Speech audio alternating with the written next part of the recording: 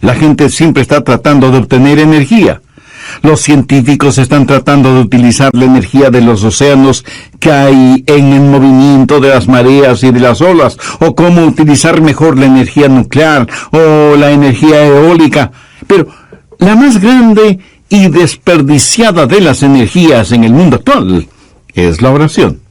Bien, vamos a Mateo 7, versículos del 7 al 11. Estas son palabras de Jesús, y Él las dijo en forma clara y sencilla. Así que no hay ninguna razón para dudarlas, sino más bien para creerlas. Pedid y se os dará. Buscad y hallaréis. Llamad y se os abrirá. Porque todo aquel que pide, recibe. Y el que busca, halla. Y al que llama, se le abrirá. ¿Qué hombre hay de vosotros que si su hijo le pide pan, le dará una piedra? O si le pide un pescado, le dará una serpiente? Pues si vosotros, siendo malos, sabéis dar buenas dádivas a vuestros hijos, ¿cuánto más vuestro Padre que está en los cielos dará buenas cosas a los que le pidan? Hagamos 3 divisiones fáciles de este mensaje al pensar en los principios de la oración. Primero, la razón para la oración. En mi vida he meditado mucho acerca de la razón para orar. ¿Por qué Dios quiere que oremos? Jesús enseñó en forma sencilla y clara que nuestro Padre Celestial sabe de las cosas que tenemos necesidad aún antes de que las pidamos, ¿verdad? Entonces, ¿por qué tenemos que decirle lo que necesitamos? ¿Y por qué tenemos que pedirle lo que Él ya ha determinado darnos porque nos ama? ¿Alguna vez usted ha pensado en el misterio que significa la oración? Por último, ¿por qué oramos? Veamos Mateo 6, los versos 7 y 8. Y orando, no uséis vanas repeticiones como los gentiles que piensan que por su palabrería serán oídos. No hagáis, pues, semejantes a ellos, porque vuestro Padre sabe de qué cosas tenéis necesidad antes de que vosotros le pidáis. En estos versículos aprendemos ciertas cosas. Primero, no oramos para impresionar a Dios. Usted no tiene que ser un Cervantes o un experto en el idioma español. Tampoco tiene que ser un poeta para utilizar un lenguaje florido. Usted, por mucho que se esfuerce, no puede orar para impresionar a Dios. Segundo, usted no ora para informar a Dios, porque el Padre Celestial conoce cuáles son sus necesidades. Tercero, oramos a Dios para invitarle a que trabaje en nuestro corazón y nuestra vida. Y si alguien me pregunta, Pastor, ¿por qué debemos hacer eso? Permítame darle 3 razones para hacerlo. Primero, es lo que yo llamo el factor delicia. Verá, Dios quiere que le amemos y quiere tener comunión con nosotros. Dios puede administrar este universo sin nuestras oraciones. Pero si Él lo hiciera así, usted y yo no tendríamos el privilegio de trabajar con Él y tener comunión con Él. En el capítulo 15 de Juan, Jesús se refirió a sí mismo como la vid verdadera, y nosotros somos los pámpanos. Y en Juan 15:4 Jesús dijo, permaneced en mí y yo en vosotros. Como el pámpano no puede llevar fruto por sí mismo si no permanece en la vid, así tampoco vosotros si no permanecéis en mí.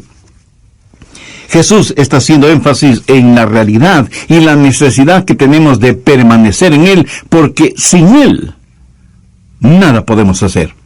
Y en el verso 7 Jesús dijo, si permanecéis en mí y mis palabras permanecen en vosotros, pedid todo lo que queréis y os será hecho. La oración es la manera que tiene Dios de que nos peguemos a Él. Es una manera de que nosotros habitemos en Él y Él en nosotros hasta que tengamos la misma clase de unión, de fusión que existe entre la vid y los pámpanos. Nosotros no lo podemos hacer sin Él y Él no quiere hacerlo sin nosotros. Una vez recibí la llamada del rector de un colegio invitándome a que vaya a dar una serie de mensajes. Yo le dije que me hubiera gustado mucho hacerlo, pero que mi agenda no me lo permitía. Y él me dijo, si le mando un piloto, vendría. Y yo, titubeando, le dije que no estaba seguro. Y me dijo, tenemos un piloto muy bueno, es piloto de un avión jet. Bueno, terminé aceptando la invitación. Y fui al aeropuerto, al lugar señalado. Y sí, ahí estaba el piloto. Pero el avión no era ningún avión jet, sino una pequeña avionetita que parecía de juguete. De todas maneras me subí y me senté junto al piloto rumbo al colegio en donde tenía que hablar. El piloto me preguntó, ¿sabe cómo manejar una avioneta? Y yo le dije que no. Y cuando él me preguntó si me gustaría pilotear esa avioneta, yo le dije que me encantaría. Estábamos sentados muy juntos, lado a lado, y él comenzó a decir, señalando cada cosa, muy bien, esos junto a sus pies son los pedales, este es el panel de instrumentos, estos son los controles y el volante, y comenzó a decirme que haga esto y eso, y que mueva esta palanca, que empuje este botón, etcétera, etcétera. Y de pronto me doy cuenta que estoy piloteando el avión. ¡Qué emoción tan extraordinaria sentí! Pero quiero decir, sin ninguna sombra de duda, que yo no hubiera podido hacerlo si ese piloto no hubiera estado a mi lado. No lo hubiera podido hacer. Él pudo haber volado esa avioneta sin mí, pero yo no lo hubiera podido hacer sin él. Pero él me dio el privilegio de pilotear esa avionetita con él. Fue una experiencia maravillosa que nunca lo olvidaré. Y mientras volábamos juntos, hubo una especie de unión invisible entre los dos. Invisible, pero tremendamente real y fuerte. Tuvimos comunión. Y yo dependí de él, aprendí de él, y él me permitió compartir la responsabilidad y privilegio de sus deberes. Y no pude dejar de pensar, esto es como la oración. Nosotros no lo podemos hacer sin Dios, y Dios no quiere hacerlo sin nosotros. Pero cuando Él nos permite que cooperemos con Él, tenemos la emoción de ayudar a Dios en el manejo de su vasto universo. La oración es genuina cuando permanecemos en Él y Él en nosotros. Segundo está el factor del desarrollo. Sabía que la oración es una de las formas en que crecemos. O sea, nos desarrollamos en oración. Veamos nuevamente Juan 15:7. Si permanecéis en mí y mis palabras permanecen en vosotros, pedid todo lo que queréis y os será hecho. Algunas veces oramos y parece que no llega ninguna respuesta. Y comenzamos a estudiar la palabra de Dios, comenzamos a buscar el rostro de Dios, y empezamos a crecer en gracia y en el conocimiento de nuestro Señor y Salvador Jesucristo, hasta que llega la respuesta que puede ser sí, no o espera. Un jovencito puede tener un interés particular por una muchacha y quiere tener una cita con ella. Así que le pide una cita y ella le dice que no. Y él se pregunta, ¿por qué no querrá salir conmigo? ¿Será que tengo mal aliento? Así que presta más atención a su higiene dental. Y le vuelve a pedir una cita y ella nuevamente le dice que no. Ahora él se pregunta, ¿será cuestión de mi aspecto en general? Y pone más atención en tener las uñas limpias, en cortarse el pelo y en ponerse ropa limpia. Luego le pide a la chica salir con él y nuevamente ella le dice que no. El pobre muchacho está desconcertado y piensa, debe ser algo más. Tal vez mis modales. A lo mejor la forma en que como. Y él mejora notablemente sus modales sociales y nuevamente, ya casi sin ninguna esperanza, él le pide a la chica que salga con él y para su sorpresa, ella le dice que sí. ¿Qué sucedió? Que en todo ese proceso de querer salir con ella, él estuvo mejorando su manera de ser, sus modales, su aspecto físico, tratando de que ella le acepte. En otras palabras, él estuvo creciendo en forma integral. Y eso es exactamente lo que la oración hace. Pedimos a Dios algo y no tenemos respuesta. Y pedimos otra vez y decimos, Señor, ¿será que tengo egoísmo en mi vida? ¿Será mi falta de fe? ¿Será mi poco interés en estudiar tu palabra? ¿Será mi falta de entrega y compromiso contigo? Mi amigo, la oración no solo es una delicia, sino que también es una forma de desarrollo. Nos ayuda a crecer en la gracia y conocimiento de nuestro Señor y Salvador. Tercero está el factor de dependencia. Dios nunca quiere que vivamos independientemente de Él. Si Dios fuera a hacer las cosas por nosotros en nuestras oraciones, fracasaríamos en tener la clase de dependencia que debe existir entre la vid y los pámpanos. Sería trágico si Dios administrara este universo sin tomarnos en cuenta para nada, porque no conocemos la delicia de la oración.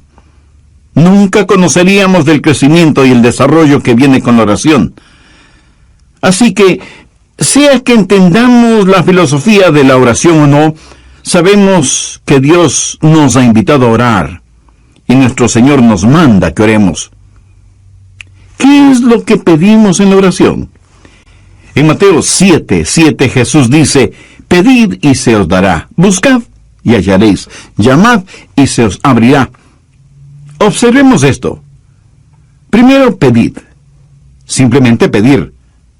Dios nos ordena que pidamos. ¿Sabe usted que el gran problema en la oración no es la oración no contestada, sino la oración no ofrecida?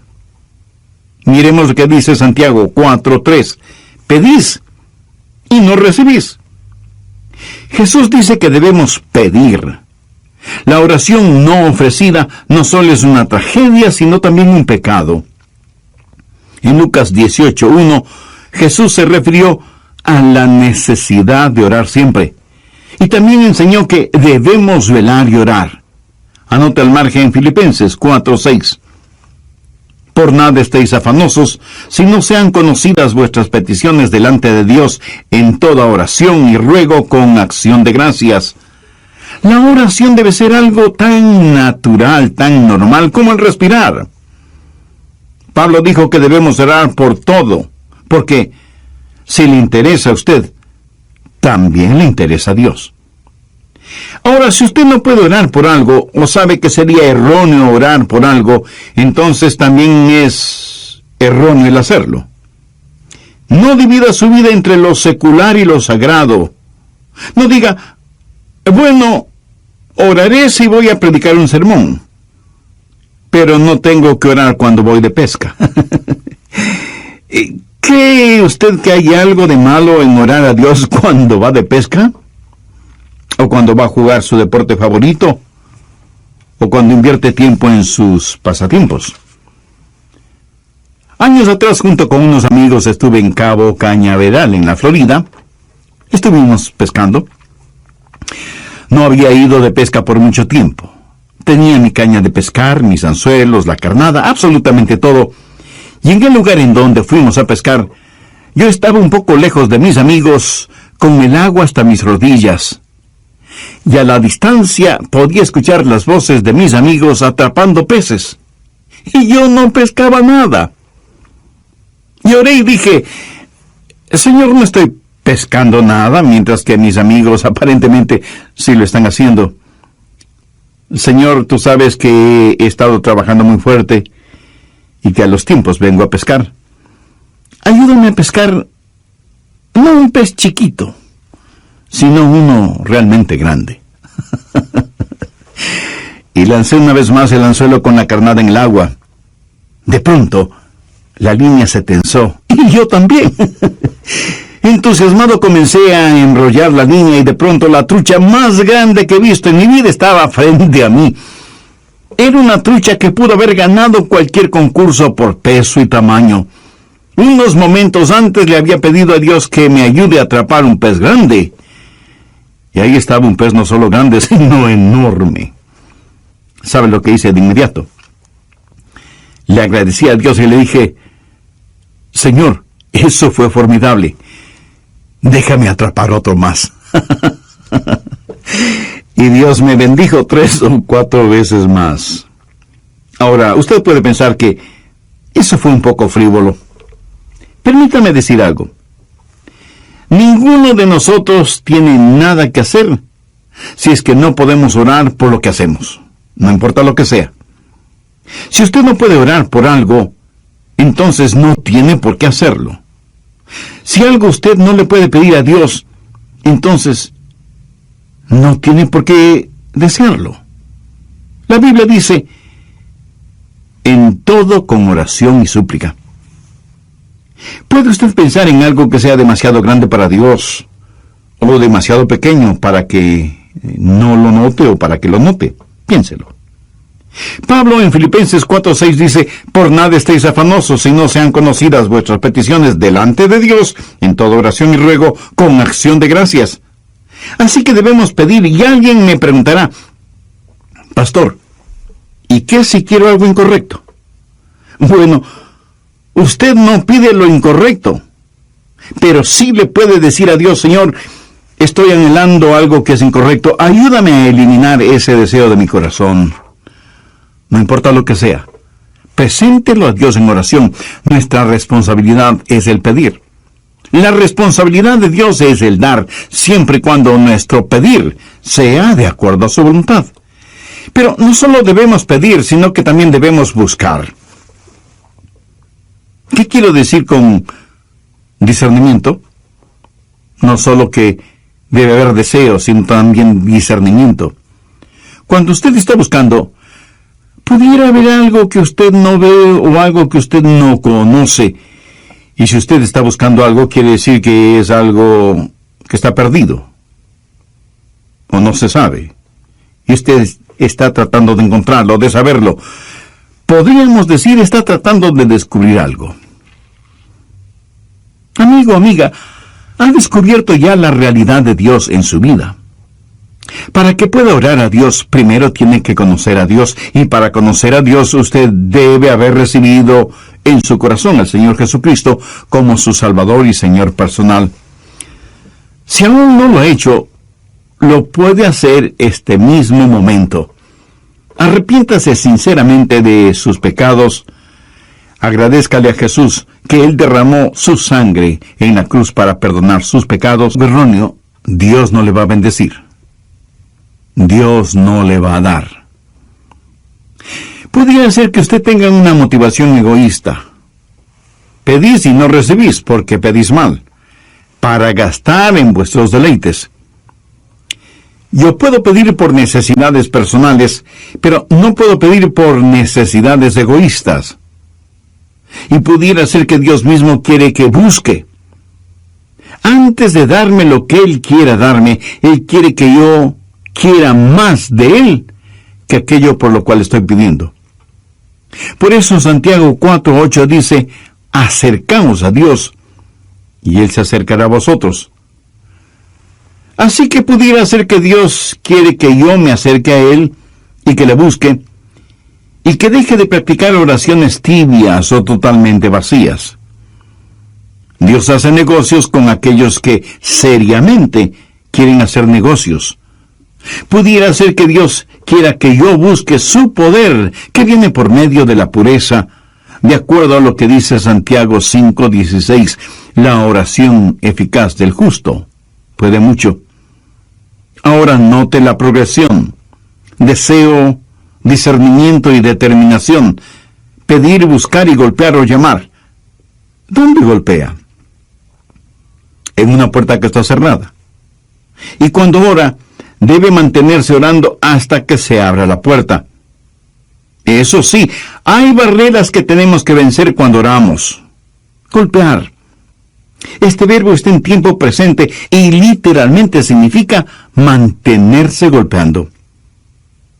Pero a veces la respuesta de Dios es diferente. Pedimos una cosa y Él nos da otra. Y de hecho, a veces Dios nos niega ciertas cosas. Le pedimos algo y Dios nos dice, no, eso no es bueno para ti. No quiero que lo tengas. Estás pidiendo por un motivo equivocado. Por cierto, en algunas ocasiones la respuesta de Dios puede demorar. Y de eso estoy hablando este momento. Tenemos que golpear y mantenernos golpeando la puerta. Yo sé que esto es un poquito difícil de entender, pero es una verdad bíblica. Voy a tratar de ampliar este asunto de golpear o llamar. Busque Lucas 11:5. Jesús aquí está hablando acerca de la oración, y en Lucas 11:1 los discípulos le dijeron: Señor, enséñanos a orar. En todo esto el tema es la oración. Primero el hombre llamando, golpeando la puerta de su vecino, de su amigo, para pedirle que le preste un poco de pan.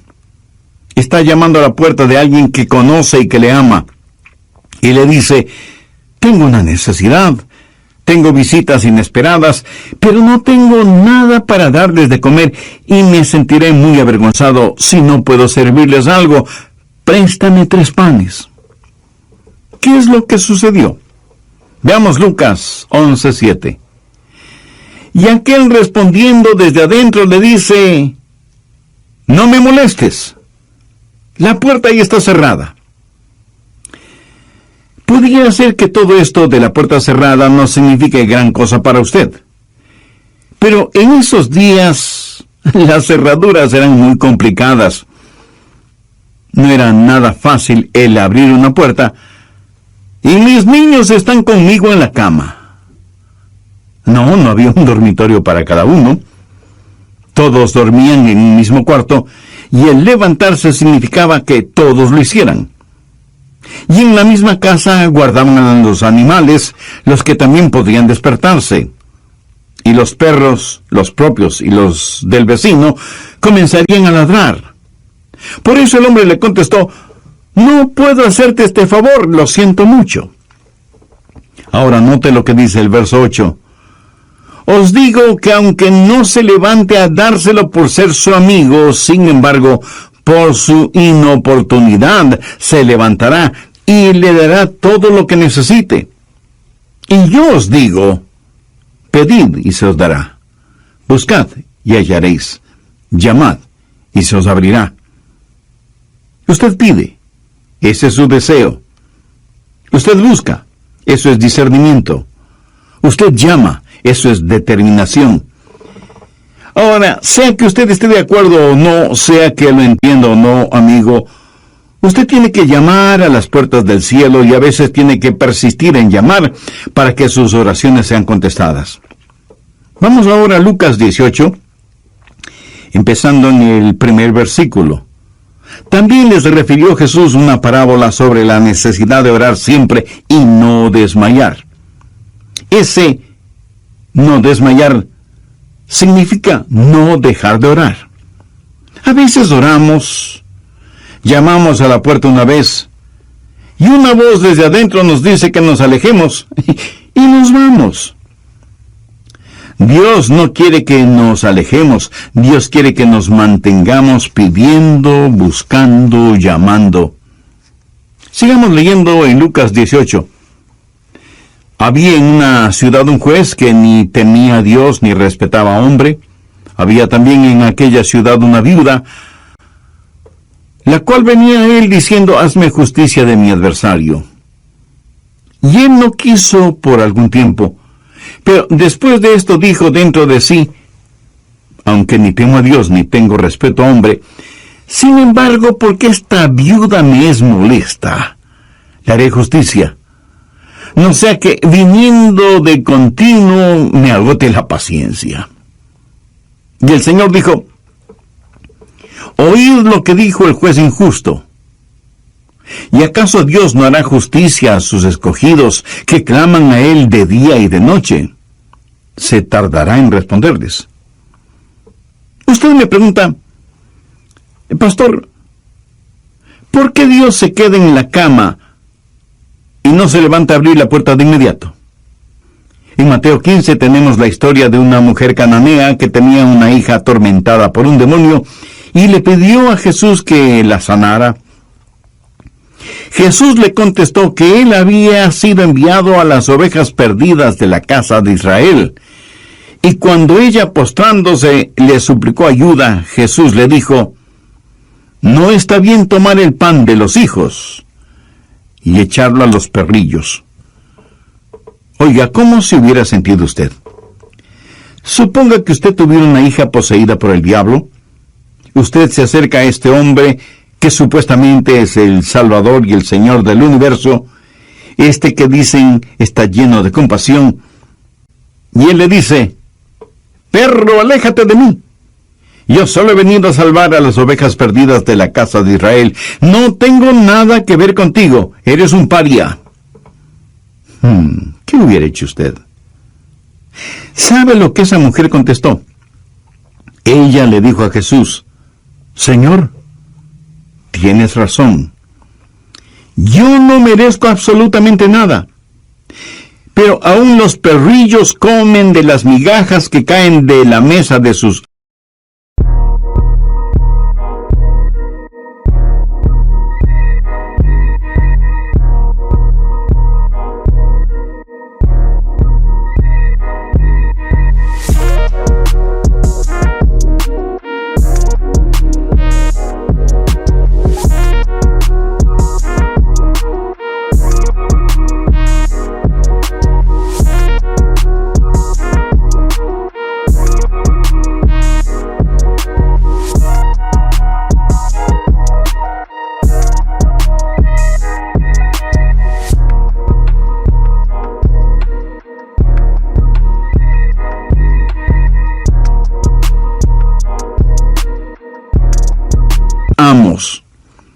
Entonces respondiendo Jesús dijo: «Oh mujer, grande es tu fe. Hágase contigo como quieres». Y su hija fue sanada desde aquella hora. Tal vez alguien me pregunte: «Pastor, ¿por qué está comparando a Dios con un vecino egoísta? ¿Por qué está comparando a Dios con un juez injusto? ¿Por qué le compara con una persona intolerante?». Recuerde que lo relatado en Mateo 15 son acciones y palabras de Jesús. Pero Jesús no está diciendo que Dios es un juez injusto, o que es un vecino egoísta, o que no tiene respeto por las personas. Pero lo que la Biblia enseña es que necesitamos persistir en la oración. Necesitamos pedir si es que queremos recibir, y necesitamos buscar. ¿Hay algo que Dios está tratando de enseñarnos aquí? ¿Hay alguna pieza en este rompecabezas que no necesitamos? Y cuando pedimos y cuando buscamos, entonces llamamos y seguimos llamando. En Primera de Reyes 18, Elías oró y cerró las fuentes de los cielos, y no llovió sobre la tierra por algunos años. Y luego Dios le dice a Elías que vaya donde el rey Acab y le diga que la lluvia vendrá. Leamos desde el verso 41 de Primera de Reyes 18. Entonces Elías dijo a Acab: «Sube, come y bebe, porque una lluvia grande se oye». De paso, recuerde que por años no había caído ni una sola gota de lluvia. Acab subió a comer y a beber.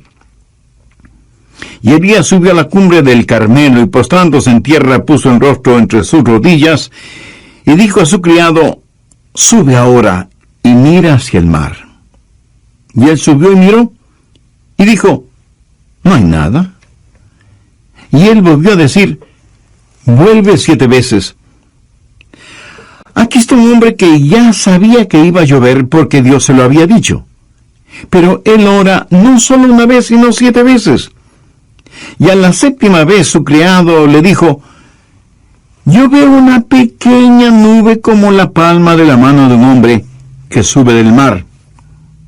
Y él dijo: «Ve y di a Acab: unce tu carro y desciende, para que la lluvia no te ataje». ¿Por qué Dios no envió la lluvia la primera vez? No lo sé, pero no lo hizo, aunque había prometido que llovería. Pero el profeta tuvo que orar 7 veces. Demoras no son negociaciones, demoras no son negaciones.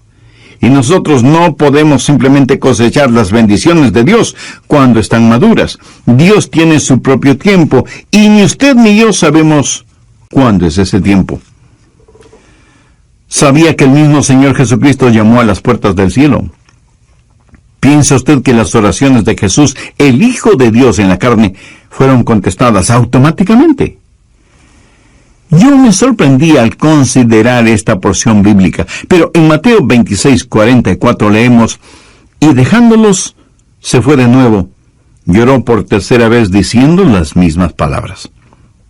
Ahora piense conmigo en esto. Por supuesto que sí. Cuando la puerta se abre. O sea, cuando recibimos lo que hemos pedido. O cuando tiene la seguridad en su corazón, aunque todavía no tenga en su mano lo que pidió. O cuando Dios le dice sencillamente, no. El poderoso apóstol Pablo quería algo, y dice que por 3 veces le pidió a Dios, y Dios prácticamente le dijo, no te voy a dar lo que estás pidiendo. En palabras de Pablo, él tenía un aguijón en la carne. Y en 2 de Corintios 12:8 dice, respecto a lo cual 3 veces he rogado al Señor que lo quite de mí.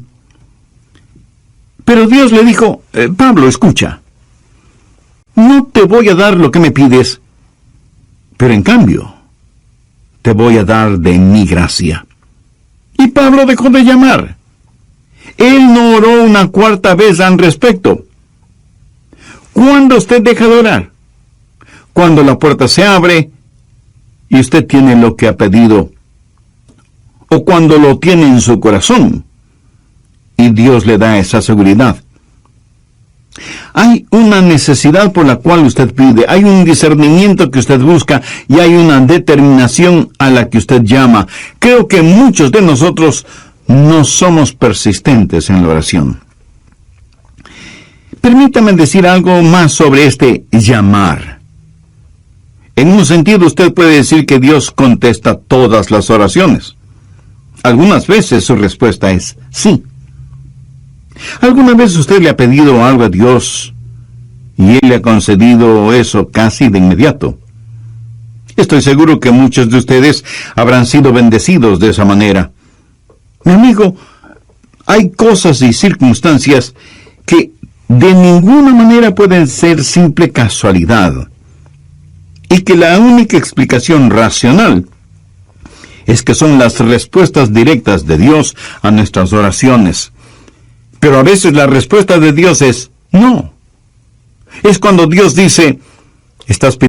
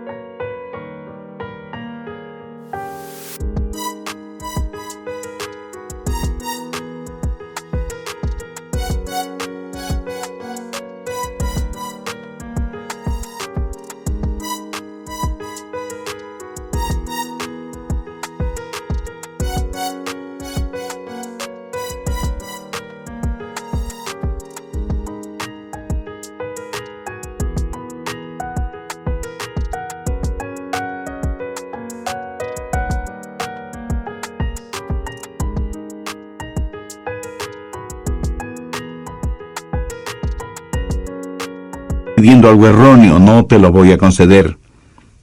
Recuerde que Dios lo sabe todo, y aunque usted piense que lo que está pidiendo es bueno, Dios sabe que no lo es, y por eso no se lo da. En tal caso, no se enoje con Dios, más bien agradezca a Dios. Y algunas veces la respuesta de Dios es, espera. Es cuando Dios dice, voy a darte lo que pides, pero tienes que aprender a depender en mí. Estoy ayudándote en tu desarrollo. Y muchas veces cuando Dios no nos da aquello que le pedimos, por lo general nos da algo que es infinitamente mejor de lo que nosotros pedimos. Ahora, ¿cuáles son las recompensas de la oración? Regresemos al capítulo 7 de Mateo. ¿Cómo sabemos que Dios va a contestar la oración? Veamos Mateo 7, verso 8. Porque todo aquel que pide, recibe, y el que busca, halla, y al que llama, se le abrirá. Si usted pide con fe, si usted busca con discernimiento, y si usted es persistente, sus oraciones serán contestadas. Y Jesús ilustra esta verdad. ¡Qué gran maestro fue Jesús! En Mateo 7, en los versos del 9 al 11, Él dice: ¿Qué hombre hay de vosotros que si su hijo le pide pan le dará una piedra? ¿O si le pide un pescado le dará una serpiente? Pues si vosotros, siendo malos, sabéis dar buenas dádivas a vuestros hijos, ¿cuánto más vuestro Padre que está en los cielos dará buenas cosas